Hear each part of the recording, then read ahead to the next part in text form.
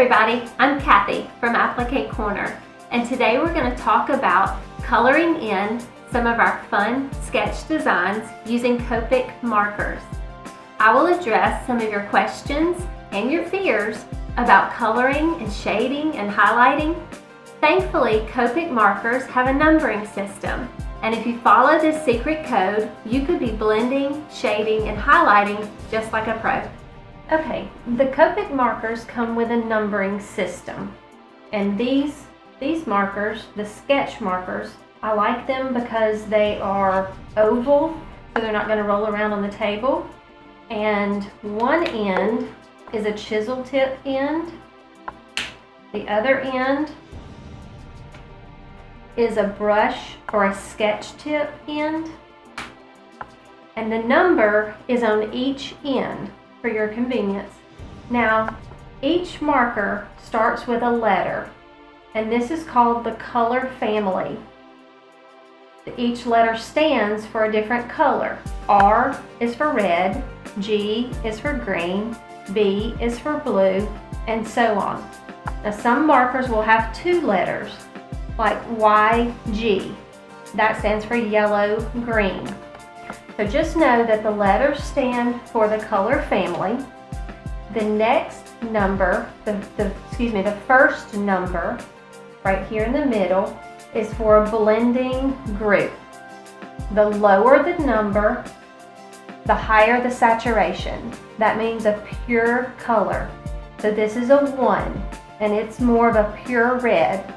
If this was R8, a higher number, it would be a lower saturation, or let me say it would have a little more gray in it.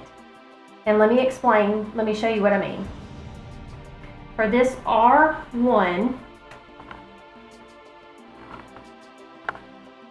that's more of a pure red.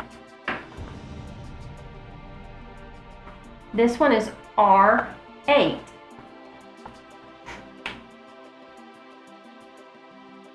See how it has a little more gray in it? Okay, let's talk about the third number. The third number stands for the specific value. The lower the number, the less the intensity. The higher the number, the more intense that color is. So this is R14.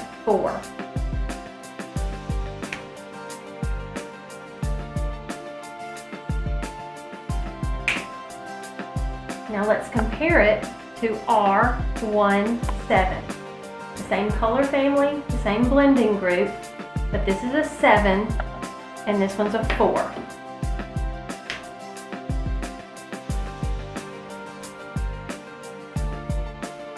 See, there's just more color the higher that number. So when you're using the Copic markers, the trick is to pick markers from the same color family and the same blending group. And then you want to pick a lighter shade or a darker shade to blend or highlight. I'll give you an example here. We'll stick with the reds.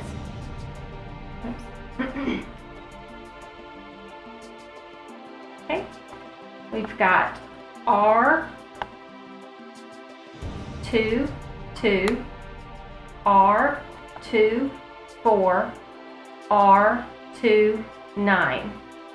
And you always want to stick with the same color family, which is the letter, the same blending group, which is the first number. Here they're all 2s. And you want to skip several digits down, several digits up. Here we've got 2, 4, and 9. Now watch what happens.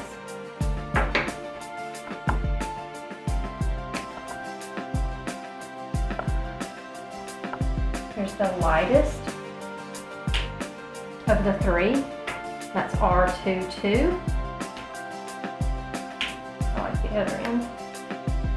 This is R24. Then we're going to move to R29. Now see how pretty those 3 shades They work really well together. Now, let me give you an example of two colors that will not work together. If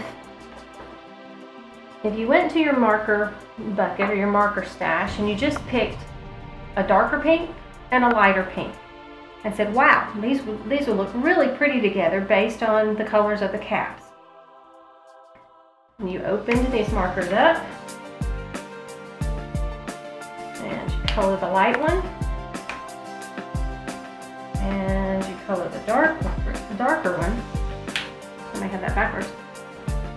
But you see how those two colors, they don't really work well together. One is from the red family and one is from the red-violet family. These two markers, even though the caps look like they might work well together, they're not intended to work well together at all. Let me also mention that when you open a Copic marker, this is called the nub. You can replace the nubs, the tips, in the Copic markers, and you can also refill these markers. Some artists have kept the same markers for 25 or 30 years. And you can go to their website and read all about that. But the tips are not an indication of what color the marker is going to give you on your paper or fabric. See how different that is?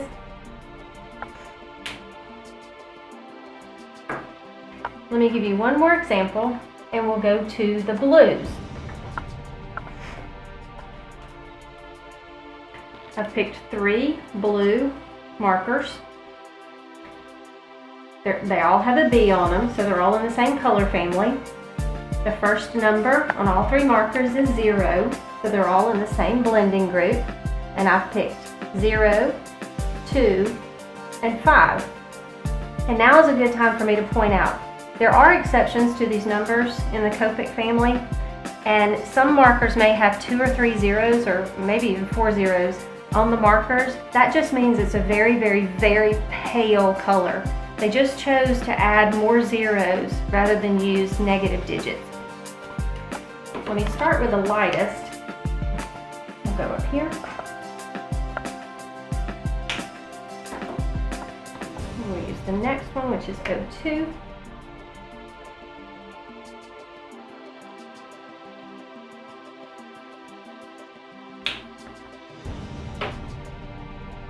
And then we'll go to 05.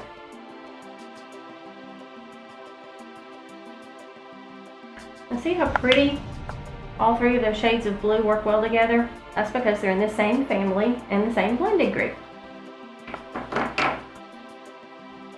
Okay, now we're going to talk about the Copic marker, the color chart.